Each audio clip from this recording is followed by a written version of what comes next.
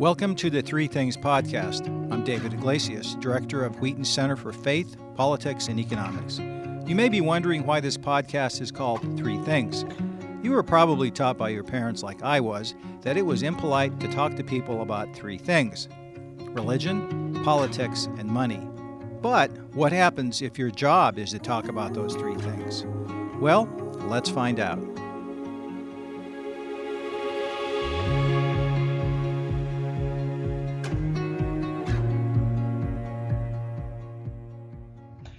Well, our guest today is Eric Patterson, PhD. He's got a fascinating background, folks. Eric Patterson, PhD, is president of the Religious Freedom Institute in Washington, D.C., and scholar at large, and the former dean of the Robertson School of Government at Regent University. He is a research fellow and former faculty member at Georgetown University. Dr. Patterson's government service includes the White House Fellowship, 2 stints in the U.S. State Department's Bureau of Political and Military Affairs, and over 20 years of service as a commander in the Air National Guard. He has provided training and expert counsel to chaplains and military agencies for the past decade, and is author or editor of 20 books, including Just American Wars, Ethical Dilemmas in U.S. Military History, and last year's Just War and Military Traditions, Denominational Perspectives on War, Peace, and Security, with J. Darrell Charles. In September, his latest book will be called A Basic Guide to the Just War Tradition, Christian Foundation and Practices, and that will be published by Baker Academic. Boy, you really packed it in there. I'm impressed. Welcome to Three Things Podcast, Dr. Patterson. It's my pleasure to be here. Thank you. Well, I'm going to start off easy because that's what I do. I understand you're a Wheaton husband. How did that work out? Yeah, it's a huge blessing. My wife, the former Jennifer Marshall, is a 94 alumna of Wheaton. She grew up right there in town with her father being a medical doctor in the community, and one of her siblings went there. She grew up with the Riken family and others right there in Wheaton. So it was a great formation for her in preparation for later in life. Wonderful. Well, her dad has been a student in a couple of my classes, and I've really loved to get to know him. You and I also share something else, a common fellowship past. We were both White House Fellows appointed by the U.S. President. What year were you selected, and where did you serve? Yeah, I was a White House Fellow in 2007, 2008. It was a wonderful, wonderful experience. I learned a lot. I had the 2 previous years been an academic fellow working for the U.S. Department of State. And so the White House Fellowship was a total change. I went to be an aide to the director of the U.S. Office of Personnel Management, which is the HR department for the federal government. Yeah, I think of OPM as the OMB and OPM are one of the most powerful agencies in the federal service, in my experience. What was your biggest takeaway from your fellowship year? Wow. I think one of the biggest ones, and I'd love to hear yours as well, David. I think one of the amazing ones was it was humbling about I already knew this, but it struck me even more, the amount of talent of Americans from different sides of the political aisle, different sets of values commitments, but people who came to Washington, no silver spoons in their mouth, just average Americans who wanted to make a difference. And over again, that has been reinforced. But that year, more than anything, really taught me that there's a huge amount of public servants who come to Washington. They come here because they want to make an impact that's positive for the country. And we ought to start actually with that respect for people in public service rather than kind of condemning them all as bureaucrats and anti-American.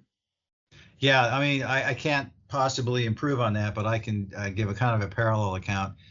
Same thing. People from all walks of life, all over the country, who really want to serve, and a lot of them go back to their communities and make a difference. So some of them stay in Washington, some don't. I don't think there is one preferred way, but I was just impressed by how policy gets made. It's a hard process, and how much our leaders really care about our country. I didn't see any leaders that I thought didn't really care or were more concerned about their careers. I mean, those are the typical criticisms you hear, and I think you hear them from people who have not served at the levels that we served at, which was the policy making levels. Well, that's really good to hear. Hey, I'm also struck by your career trajectory. You were a music and biblical studies student as an undergrad, and then you went on to public service at the U.S. State Department, which is notoriously difficult to get into, the Air National Guard, and the School of Government. You became a School of Government dean, and now you are an international relations expert. In past ages, they would have called you a Renaissance man. How in the world did a musician and a biblical studies undergrad become the author of or editor of over 20 books, including your just released work on Just War? How did that happen, Eric? I mean, it seems like a miraculous process. You want to unpack that for us? Well, I'll try to keep it brief. First, I'd say that really it's God's hands on one's life, opening doors or shutting doors. And so I think about, for your students, a lesson is to be thinking about, prayerfully present where you are rather than only focused on what's way down the road. And doing quality work now opens doors that you just never expect. I thought I had a call to go into full-time ministry in the church, formally in the church as a pastor or as a missionary. And so I prepared for that. It was biblical studies and music ed at Evangel University. So my experience was a lot like this experience of your Wheaton students. And about halfway through college, I really felt in my heart the voice of the Lord. It wasn't audible, but it was very decisive. Okay, Patterson, you finally surrendered your vocation and your future to me. Now you can be of use. Change paths. And I prayed about it. I sought godly counsel from other people, and I really did feel like that was the path. So I finished what I had started with a lot of joy, the music ed and the biblical studies, and I had a really good preparation for what was to come, which was a graduate degree in international relations at the University of Wales the next year. And I wasn't expecting it, but when I came back to the States, I didn't find a job right away, and I fell into being the high school band director at my alma mater, a public high school near San Diego. I could tell you a lot more, but let me just say that experience brought me closer to family during a time where I was needed by family. And second, it opened the door because if maybe I was wrong, maybe God's called me to do music. And it was from there that I learned that the Air National Guard, the National Guard component of the United States Air Force, had bands. And they had a band opening right near me near Los Angeles. And so that provided a career of over 24 years of military music where I got to learn. I went to all the same officer schools as everybody else, the fighter pilots, the accountants, the JAGs. And I learned, as a guy who would later be a PhD in international relations and international security, I learned the whole lingo, in a sense, of the Department of Defense of the United States Air Force. I led a team to do hurricane duty as part of the National Guard in Texas. Took a rock band to the Middle East and traveled all over, seeing different bases, different chapels, different command structures. So just in short, that's just one part of what I've learned over the years, but it was because God opened unexpected doors in my avocational life as a musician to be able to do that. And then I kept chipping away on the scholarly side as well.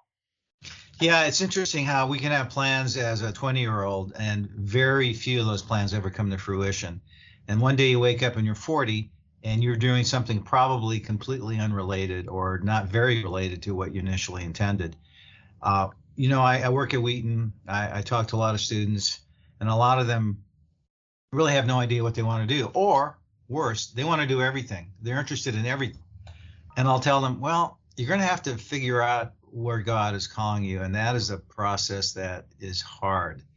I don't have a easy chart for you to memorize, but get advice, pray about it, go read scripture, and then look for opportunities, because sometimes opportunities come a lot. Sometimes they come only one time in your life, and you need to ask God's wisdom to know the difference between those two.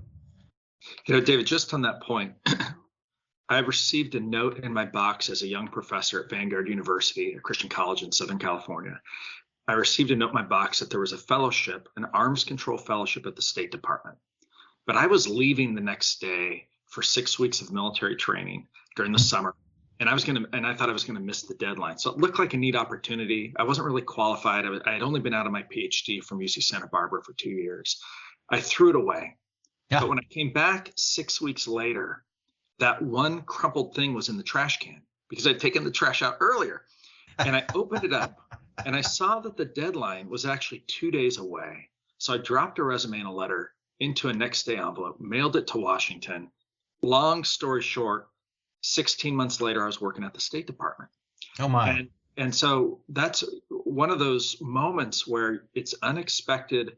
You step out in faith. And I think for your students, so often we think about the will of God as being this big spotlight moment that's going to happen at some point, and it's all vocational.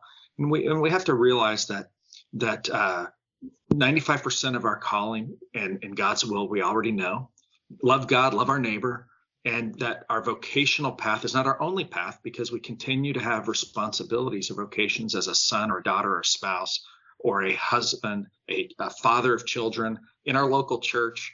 And so Right. it's kind of keeping in perspective that it's not just some big magical spotlight moment, the big job when we're 35 or something or 55, but keeping all those things in perspective, and the Lord will guide us along in the process. Yeah, that's well said. I mean, I can think of only one well-known Christian who was knocked off his horse on the road to Damascus. I mean, God can certainly choose that, and He did it in Paul's case. But for the rest of us, it's a little more difficult. As an active duty JAG Mhm. in the mid '80s, I got a White House Fellowship application in the mail. Read it, realized there's no way. I can't compete with these people. I threw it away. And then literally 10 years later, my boss at the city of Albuquerque's legal office calls me in and said, there's a fellowship in Washington, D.C. I think you should compete for. And that was a White House Fellowship. And that one bit of encouragement is what led to that. So, yeah, I mean, God's plan is sometimes mysterious, but He will, if you ask Him, He will show us what we should be doing.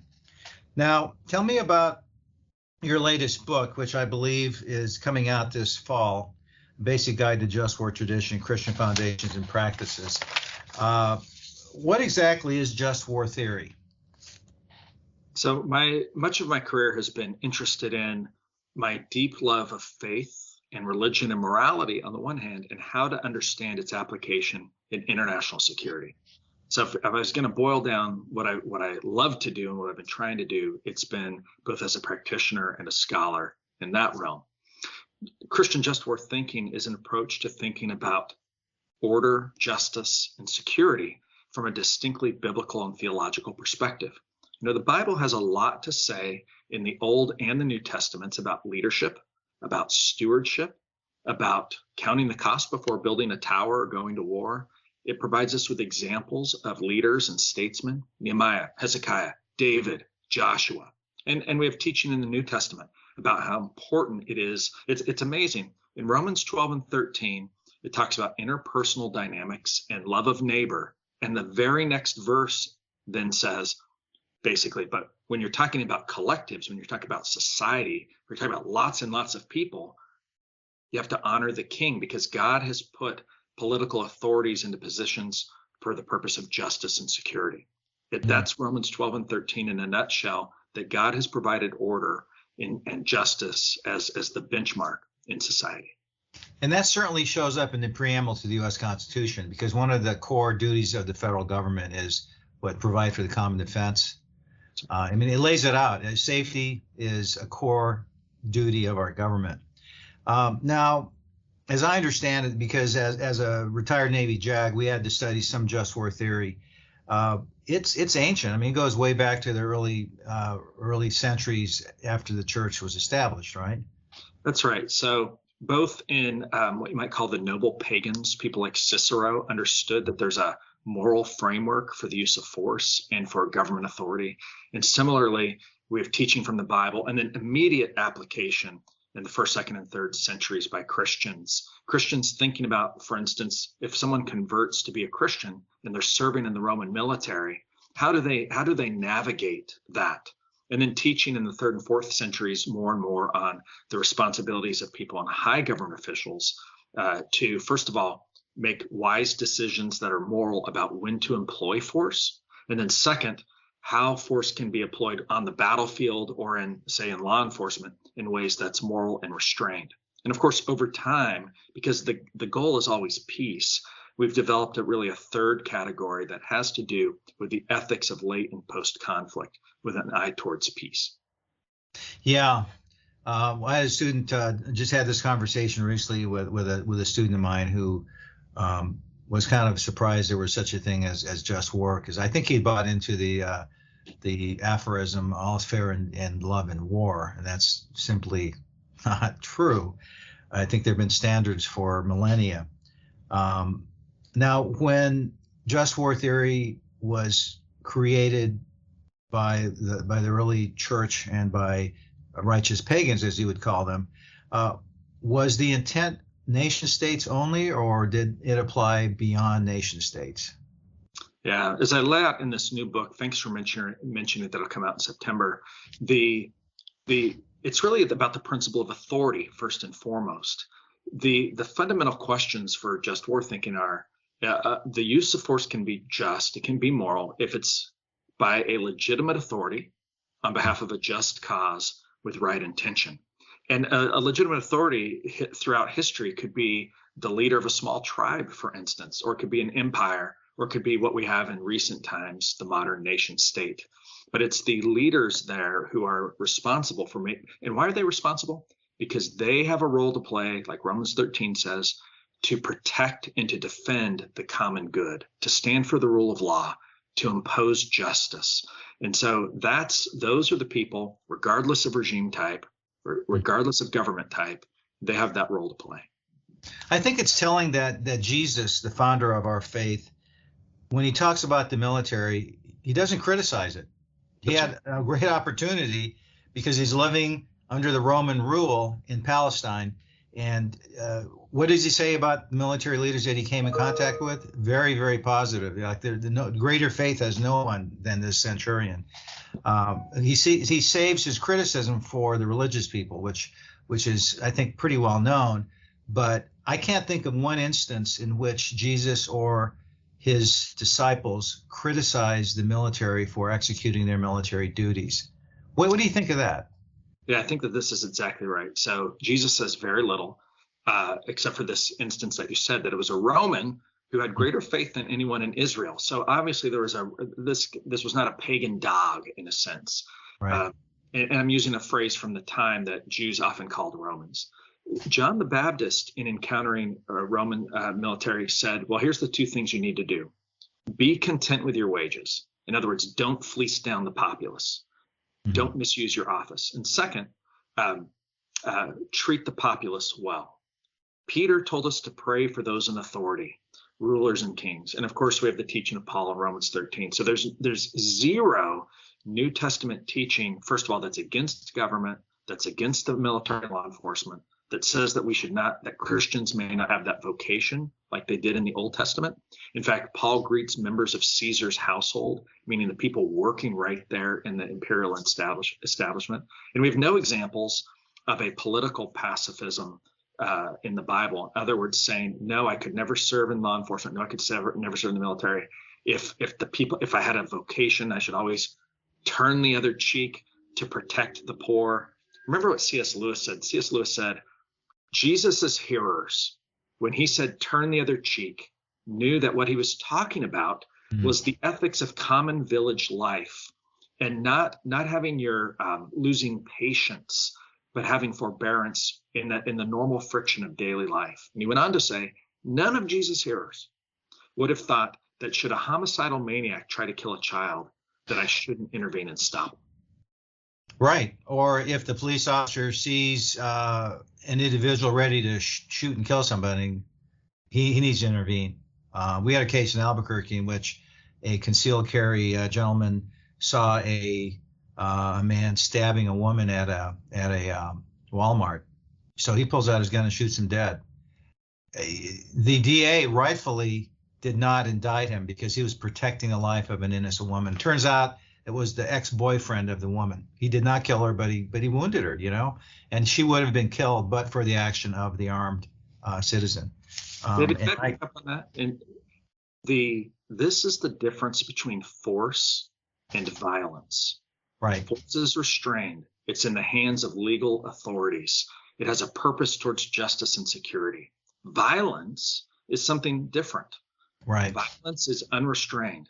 It is unlawful. It may be in the hands of illegitimate people like criminals and terrorists. It actually might be in the hands of a lawful authority who is misusing or abusing their power. So that's how we have this term police brutality. That's a real thing in a few instances, but the vast majority of the time, what we're talking about is the lethal use of force by law enforcement who are protecting, defending, serving, saving. And there really is a difference between force and violence.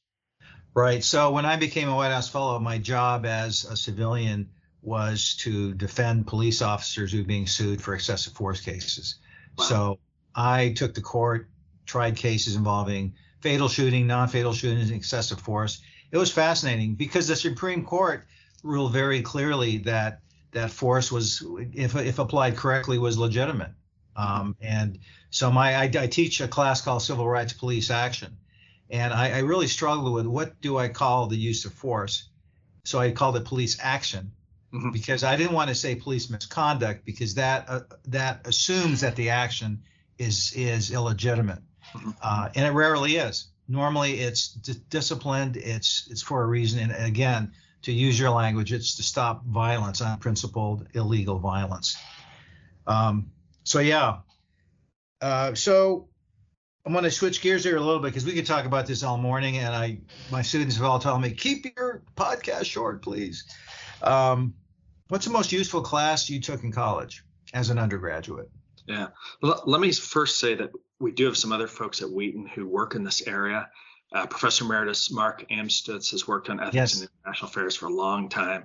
And of course, Brian McGraw is doing some work on war. He's very good on this. In fact, he's going to provide a chapter to a Just War edited volume we're going to do next year on likelihood of success. So just want to give them that little recognition that you have some great scholars on this as well at Wheaton. When it comes to the most important class that I took in undergrad, the two most, one was a medieval philosophy class that really helped me understand kind of the depth of some theological principles. But the other, and really hands down, was a class on a Christian philosophy of the arts. And it was not an intro class. It was a class that you took in your senior year or the last semester of your junior year. It was a very in-depth look at philosophy of Christian approaching the arts, and of course, very, very specifically, music and worship and ministry. And that class was really transformational. It's been the most important on my thinking probably of any class ever, because it emphasized, on the one hand, Christ's incarnation and what that means in the arts, and then God as creator and how big that is, and how part of that is stamped on us through the Imago Dei. And then the issues of humility and quality and all of those things for someone who's going to go to a performing arts lifestyle. So it was hugely influential in my thinking with Calvin Johansson. Wonderful. And have you told him that?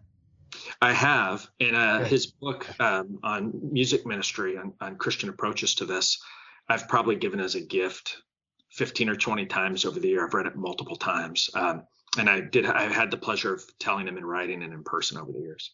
That's wonderful. One of the things that I wasn't ready for was to hear back from my students in which they would say, thank you for teaching that class. I'm using in my job those principles you taught me. I just got an email just a couple of days ago. So it's wonderfully satisfying. And I know God has me here for a reason. And when I hear back from my students, it's this wonderful confirmation of that. And also a quick shout out to Dr. Amstutz. He was my professor when I was here. So when I came back in 2014, he was here for a few extra years. It was great to learn from him and just observe him. So quickly, at what point did you decide that international relations would be where you would end up focusing? Because you've studied a lot of things, you know a lot about a lot. Why IR and not something else? Yeah, I mean, my heart was just drawn to foreign policy, into national security studies, and to international relations.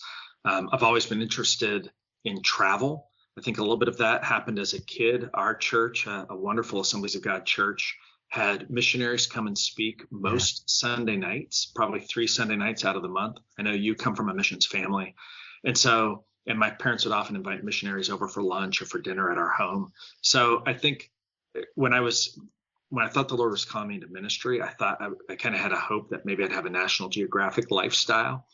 And then the issues of ethics in international affairs, such as the use of nuclear weapons and Churchill standing up to the Nazis, all of those things have just been of great interest to me. Well, yeah. I'll have to share that clip with our IR professors so they can use that for their recruiting. What's the most gratifying part of what you're currently doing, Eric? So right now I'm at the Religious Freedom Institute. It's a group of former government folks and scholars who were at Georgetown for many years, and I worked with them a decade ago. Left academia to set up an independent kind of think and do tank, if you will, in Washington, D.C., to try to bring more targeted resources to bear on global religious freedom issues, as well as educational training at home for kids in school, middle school, high school, teachers, parents on what religious freedom is, why it's a common good, et cetera, and to advocate for that here in the United States. So I'd say that two things. One of them is we do a lot of work with students. And so when our interns or students who go through our statesmanship and religious freedom seminar, when they really get a handle on these ideas about religion as necessary for human flourishing and the power of religious freedom to help a society to be free and prosperous, seeing those light bulbs go on as they kind of work through those implications is a very gratifying part of the job. And then the second part of the job that's gratifying is knowing when we are making a difference or being a witness for people who are facing persecution somewhere, whether it's Christians or Uyghurs in a place like China, or it's religious minorities in India or other places. Sometimes it's really hard to see the progress, but someone has to be speaking out. I gave congressional testimony this week to a House subcommittee on Vietnam and India. And so having that opportunity to be a witness for those who could not be there to speak for themselves is very gratifying. That's wonderful. I would agree with you on the importance of travel. One of the things I love the most about my job is leading the International Study Program, which was founded in 1971. I went as an undergrad in 1978, and I've been able to lead 5 trips. But students get to interact with church leaders, missionaries, government leaders, business leaders, and ask them questions all off the record. We just spent the past month, the month of June, in the Middle East, where we studied the Abraham Accords and its effects on diplomacy and the economies of the UAE and Israel and Bahrain and Jordan. It was a fabulous month, and I don't think you can put a price tag on those kinds of experiences. So quickly, I've got a few more questions, and then I'll let you get back to your work. Do you have any suggested books? First of all, let's start with the Bible. And I would just want to say, since we're talking to a student audience, that you really can't go wrong with going deep and a daily commitment to being in God's Word. And you'll find that it's just not only refreshing, but there's so much to continue learning over and over and over again. To my surprise, I'm in Leviticus right now, and I learned something this morning, something I should have learned a long time ago. It's kind of drudgery reading, but I learned something today. It struck me a big spiritual principle I'd never really realized before. So I'd urge them on that. I would say that I read a lot of historical fiction, and I read a lot of biographies and autobiographies. I'd recommend David McCullough, his books on Truman, the Wright brothers, and Adams as top of the shelf for me. And I'll tell you one that's a little less known is I just finished reading the biography of Dean Rusk. Rusk was the Secretary of State and former Army officer, Secretary of State for all of the Kennedy and Johnson administrations. So he was there for 8 years. Wow. And so for Vietnam War, all the decisions that Kennedy made and Johnson, and he was someone who was not flashy. He did not seek the limelight. And he co-wrote the autobiography in the early 1980s with his son, who'd been estranged from him due to the Vietnam War. And so it was a really fascinating father-son portrait of what was going on in our country at the time. And I'd say for those who are kind of interested in a deep dive on what the 1960s was like, from someone in a leadership make decisions, the autobiography of Dean Rusk that's written with his son, Richard Rusk, is something that I just finished. Well, thanks for that plug. His son David served as mayor of Albuquerque back in the 80s. So, so I was aware of that connection. And one of the things that I have the students view is 13 Days about the Cuban Missile Crisis, and that happened. He was part of the executive committee, or XCOM. I've got a lot of respect for him as well. What about verses? What's your life verse, Eric? Yeah, Psalm 1 is 1 to 6 is one of the most important verses to me. There's other ones that are important, but what I would say also is that, you know, in my youth and in my early adulthood, the Psalms were never all that interesting to me. What was more interesting to me was the history parts of the Bible and things. But in later life, going through hard times, what I found is you can pray the Psalms and you can pray them out loud, but Yes. and it's very helpful. But Psalm 1, my mom actually taught it to me as a child, and it's about living a life for the Lord and the blessing, the spiritual blessing that will come from that. Well, that's wonderful. My wife and I read the Psalms, one chapter of Psalms, one chapter of Proverbs, and something from the New Testament every morning, if at all possible. And there's something about reading it out loud that I find so much more powerful than reading it quietly to myself. Yeah. Well, time is short. And is there anything I should have asked you but did not? That's my last final cleanup question. I think I would just give an invitation to your students and to you and to your program. First, if we can be of assistance in Washington with speakers or things, or on one of your international trips, please let me know. We have people on the ground in Europe. We have people on the ground in the Middle East, for instance, in Erbil, who are doing religious freedom work there, who could perhaps be of service if you're doing a trip. We have an internship and this statesmanship seminar for college students. And I rarely have Wheaton students, but I have a lot of students from other Christian colleges and elsewhere. And you can find that right on our website, religiousfreedominstitute.org. And I would be remiss in saying that if the time came later down the road where some of your students are looking for a Christian graduate education, for instance, a master's of public administration, a master's in national security studies, law school, for instance, I'd be remiss in saying that they ought to think about they should not miss Regent University as being a choice when they're thinking about that down the road. So well, thank you so much for that. Very much. And my students ask me about those areas all the time. So thank you for telling me about that. It's something that I will keep close to my vest as school starts up next month. Well, Eric, you've been very gracious to talk to me. I wish you the best. I hope this book, which I understand is your latest book, is really aimed toward the church, toward non-national security practitioners. And I was privileged to read an early draft of it. I learned things. So thank you for doing that, and blessings on you and your family. Please pass my best to Jennifer. Listen, David, thank you so much for having me. This is really an honor. Thanks for your endorsement and reading the book and your thoughts about it. I'll be in Wheaton with Mark Levicki to talk about C.S. Lewis and Just War on September 7th, so not very far away. And I hope to see you and some of these students at that time. I will be there. Thank you so much. Bye now.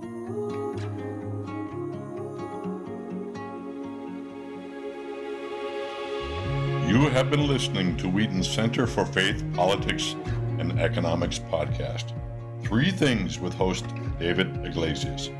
Join us again in 2 weeks for a new interview with an accomplished faith, political, and business leader.